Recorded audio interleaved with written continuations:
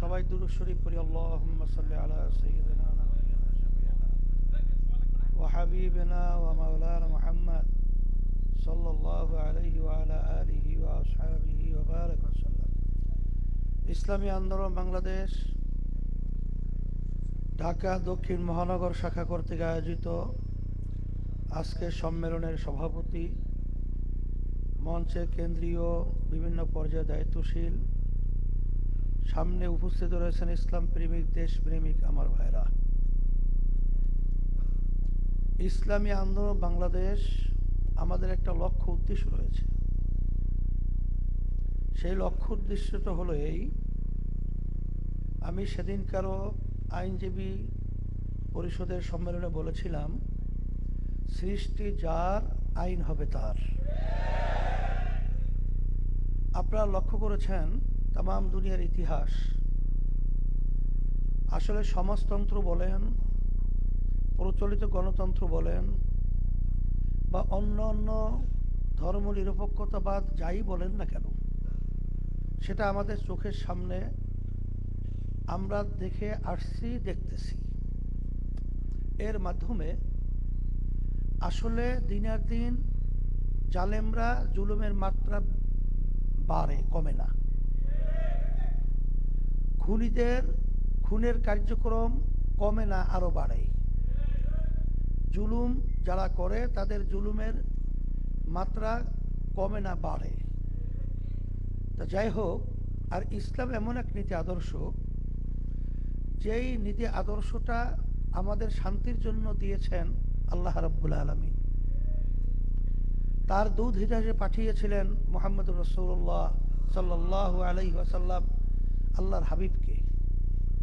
বাস্তবতা আমরা যদি ইতিহাস পড়লে দেখি, দেখবেন তার মাধ্যমেই ব্যক্তি থেকে শুরু করে রাষ্ট্রীয় পর্যায় পর্যন্ত সর্বত্র শান্তির শুধু হাওয়া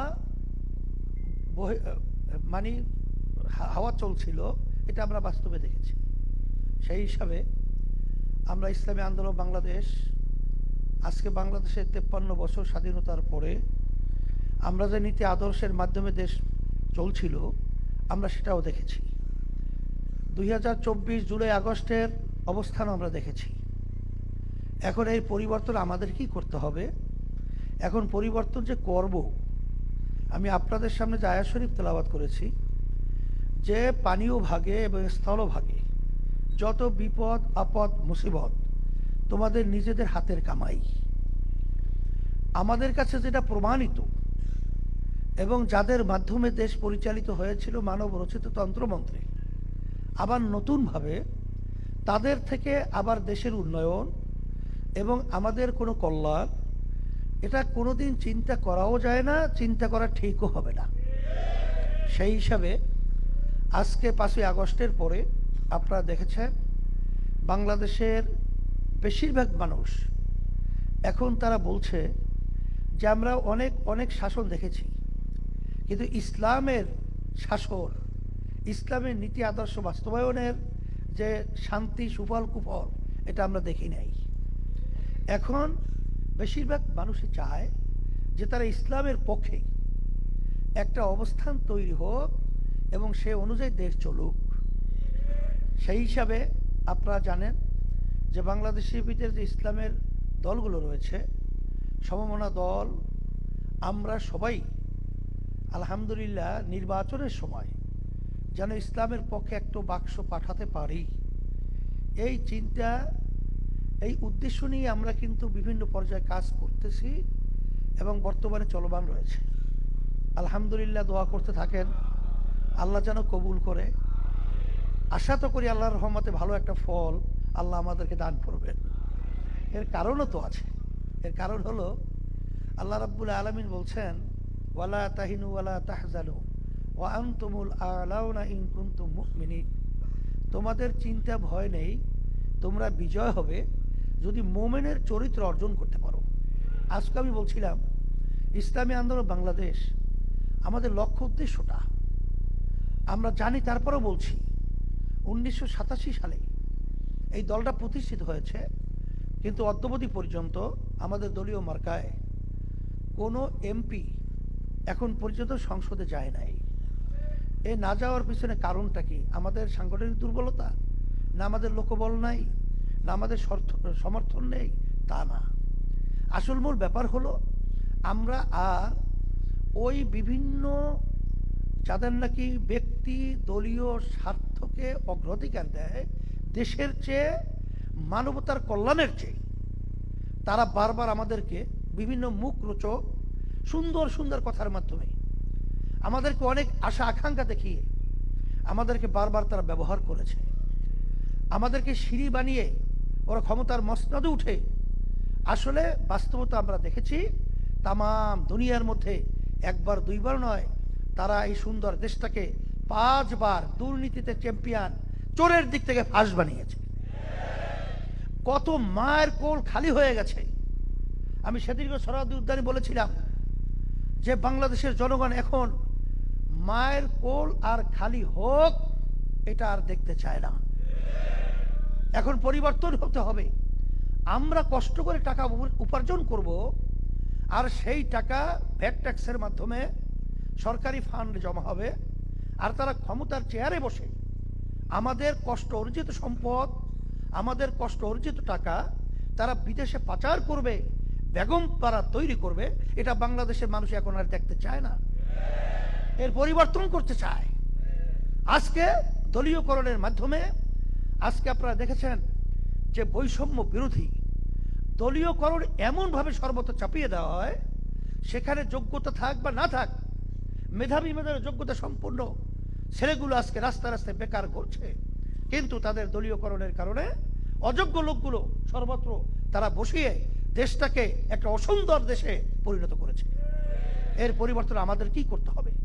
সেই হিসাবে আপনারা জানেন যে ইসলামী আন্দোলন বাংলাদেশ, আমরা চাই যে আমরা যেন আরো ওই স্বার্থন্বেষী মহলদের আর আমরা সিঁড়ি হিসাবে পরগাছা না হই, ইসলাম নামক গাছটা বাংলার জমিনের ভিতরে বৃক্ষ বট এর চেয়েও মজবুত হয়ে মসনদে বাংলাদেশের সংসদে তারা উড্ডীন হবে এবং সুন্দরভাবে এই দেশ এবং মানুষ সুন্দর বসবাস করার পরিবেশ তৈরি করবে। এই আশায় ইসলামী আন্দোলন বাংলাদেশ কারো সাথে কখনোই আমাদের আদর্শ বিকাই নেই, কখনোই আমাদেরকে ব্যবহার আল্লাহর রহমতে করতে পারে নাই। সেই হিসাবে এখানে আমাদের কোনো ব্যক্তি স্বার্থ নেই, এখানে কোনো এমপি মন্ত্রিত্ব, কোনো সম্পদ সম্মানের স্বার্থ আল্লাহর রহমতে ইসলামী আন্দোলন বাংলাদেশের আল্লাহ কিন্তু ফজলুল রহমতুল্লাহি আলাই তারও ছিল না, আমাদেরও নাই। সেই হিসাবে আমি আপনাদেরকে বলবো, আসেন যদি এই ধরনের একটা স্বচ্ছ দল, আজকেও এক নেতা আমাকে বলছিল আমাদের দায়িত্বশীল যে বাংলাদেশে অনেক রাজনৈতিক দল রয়েছে, সব রাজনৈতিক দলের ব্যাপারে বিভিন্ন ধরনের কিছু না কিছু বিতর্ক বা সুবিধা অসুবিধা রয়েছে, কিন্তু একমাত্র আল্লাহর রহমত ইসলামী আন্দোলন বাংলাদেশ এবং তার সহযোগী সংগঠন আল্লাহর রহমতে বিতর্কের ঊর্ধ্ব থেকে আমরা বাংলাদেশের ভিতরে ইবাদত হিসাবে রাজনীতি ময়দানে রাজনীতি করছি। সেই হিসাবে আমরা যারা নাকি এর সাথে জড়িয়ে আছি, আমাকে কালকে না কখন একজন বলতেছিল, হুজুর অন্য অন্য দলের নেতাকর্মীরা যেভাবে কাজ করে সেভাবে তো আমাদের লোকজনের কাজকর্মের গতি আমরা আসলে সেভাবে দেখছি না। তখন এটা শুনলে আমাদের কষ্ট লাগে না? কথা বলে না, কষ্ট লাগে কি লাগে না? কারণ যে কোনো কাজ আল্লাহ বলছেন করার মতো করো। তা সেই হিসাবে ঢাকা দক্ষিণ এটা কিন্তু দাদা রহমতুল্লাহি আলাই, আব্বাজান রহমতুল্লাহি আলাই এবং ইসলামী আন্দোলনের কেন্দ্রীয় অফিস সহ সর্বত্র এই জায়গাটা একটা আমাদের বলতে গেলে মজবুত অবস্থান, কিন্তু সেখানে কাজের গতিটা কিন্তু আরো বাড়া দরকার। এটা কি আমি আপনাদের কাছে যে দাবিটা করছি, এটা কি অমূলক না, ন্যায্য না অমূলক? তাই যদি মূলক হয়ে থাকে, ন্যায্য হয়ে থাকে, সেই হিসেবে আমি আপনাদেরকে বলবো কাজের গতি যদি আমরা বাড়াতে পারি, মাঠ উর্বর রয়েছে, মাঠ প্রস্তুত রয়েছে, আমরা যদি আলহামদুলিল্লাহ সহি নিয়াতে ভাইদের কাছে মা বোনদের কাছে দাওয়াত নিয়ে যাই, দেখবেন তারা সাড়া দিবে, এটাই বাস্তবতা। সেই হিসাবে আমি সকলকে ধন্যবাদ জানিয়ে বিগত দিনের 24-25-এর 23-24 সেশনের কমিটি বিলুপ্ত ঘোষণা করা হলো, আর এখন নতুন 25-26-এর সেশনের কমিটি হিসাবে সভাপতি হিসেবে মাওলানা ইমতিয়াজ আলমকেই বলা হয়েছে। মাওলানা ইমতিয়াজ আলম আর সেক্রেটারি হিসেবে জনাব আব্দুল আউয়াল, সেক্রেটারি হিসেবে বলা হয়েছে, আর সহসভাপতি সহ এখন পর্যন্ত পরে ওটা করা হবে। আর শপথ বলার জন্য বলেন, আসেন।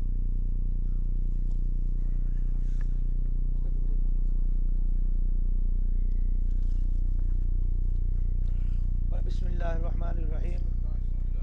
আমি যার নাম বলেন, ইসলামী বাংলাদেশ ঢাকা মহানগর দক্ষিণের দায়িত্বের নাম বলেন, নিযুক্ত আল্লাহ তাআলাকে সাক্ষী রেখে ওয়াদা করছি যে আমি আল্লাহ তাআলা সন্তুষ্টির উদ্দেশ্যে ইসলামী আন্দোলন বাংলাদেশ ঢাকা মহানগর দক্ষিণের সম্প্রসারণ, মজবুতি অর্জন ও মূল লক্ষ্য হাসিলে সর্বাত্মক প্রচেষ্টা চালাবো। ইসলামী আন্দোলন বাংলাদেশ ঢাকা মহানগর দক্ষিণ এর নীতিমালা ও নিয়ম শৃঙ্খলা যথাযথভাবে মেনে চলব। আমার উপর অর্পিত দায়িত্ব আমানত যথাযথভাবে পালন করব। আল্লাহ তাআলা আমাকে ওয়াদা পালন করার তৌফিক দিন, আমিন। এখন দোয়া করি, আল্লাহুম্মা আমিন। রব্বানা আতিনা ফিদ দুনিয়া হাসানাতাও ওয়া ফিল আখিরাতি হাসানাহ ওয়া কিনা আযাবান নার। আল্লাহ সবার দিনের জন্য কবুল করে নেন। নতুন কমিটিকে আল্লাহ সর্বদা বরকত দান করেন, বিপদ আপদ থেকে হেফাজতে রাখেন, ইখলাস নিয়ে পরামর্শ অনুযায়ী কাজ করার তৌফিক দান করেন। সুবহান রাব্বিকা রব্বিল ইজ্জাতি আম্মা ইয়াসিফুন ওয়া সালামুন আলাল মুরসালিন, আলহামদুলিল্লাহি রাব্বিল আলামিন।